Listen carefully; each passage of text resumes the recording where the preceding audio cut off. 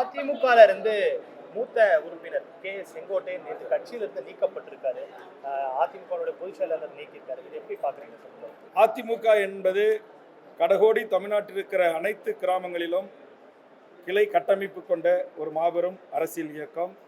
மறைந்த எம்ஜிஆர் அவர்களாலும் மறைந்த அம்மையார் ஜெயலலிதா அவர்களாலும் கட்டி காக்கப்பட்ட இந்தியாவை திரும்பி பார்க்கக்கூடிய ஒரு அரசியல் இயக்கமாக விளங்கிய ஒரு கட்சி.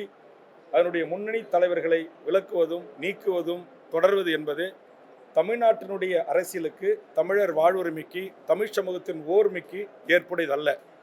இங்கு நாம் வலுவாக இருந்த காலத்திலேயே அதிமுகவை இடி, வருமான வரித்துறை மற்றும் சிபிஐயை வைத்து மிரட்டி அரசியல் ரீதியாக தங்கள் பக்கம் இழுக்கின்ற முயற்சியை மேற்கொண்டிருக்கிறார்கள்.